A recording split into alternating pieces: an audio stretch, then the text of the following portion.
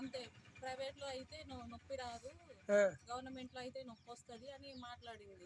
బాగా నొప్పొస్తది. పాప పైన ఉండి ప్రెస్ చేస్తుంటే డెలివరీ టైంలో పాప బయటికి రావడానికి 3 టైమ్స్ ప్రెస్ చేస్తుంటే అన్నయ్య ఆపన్నయ్య నీ కాళ్ళు పట్టుకుంటా బాగా నొప్పొస్తుందని అరిస్తే సినిమాలు బాగా చూస్తావా, సినిమాస్టిక్ లెవెల్‌లో చెప్తున్నావు అనేసి అంటుంది.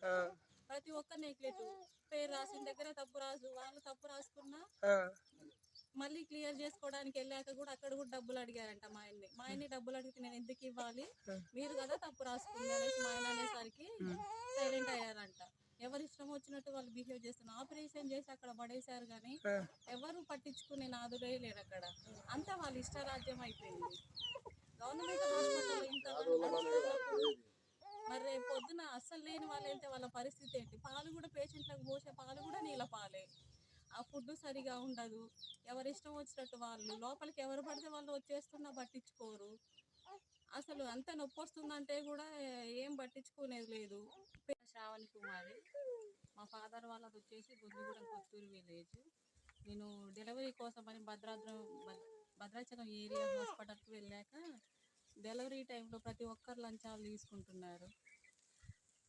అక్కడ ఒక్కరనే కాదు, సిజేరియన్ చేసిన వాళ్ళకి కూడా డాక్టర్స్కి ప్రతి ఒక్కరు ఇంకా ఇచ్చారా డబ్బులు? ఇచ్చారా? ప్రతి ఒక్కరికి ఇచ్చాము.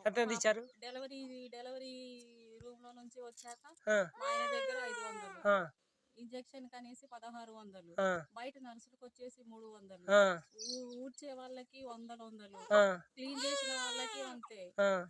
బయట మా డ్రెస్ చేంజ్ చేయడానికి 1 డేకి 100, ఎప్పుడు స్టిచెస్ దగ్గర క్లీన్ చేసిన 100, బయట ఏది చూసినా లంచాలే. అది గవర్నమెంట్ హాస్పిటల్ అయినప్పుడు అన్ని లంచాలతో నడుస్తున్నప్పుడు అక్కడికి వెళ్ళి ఎందుకు ప్రైవేట్కే వెళ్ళొచ్చు కదా. అదే డబ్బులు ఉంటే మేము ప్రైవేట్ లో చేయించుకుంటాం కదా.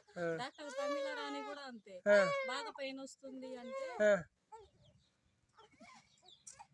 బాగా నొప్పి వస్తుంది అంటే ఫస్ట్ ఎక్కడ డెలివరీ చేసి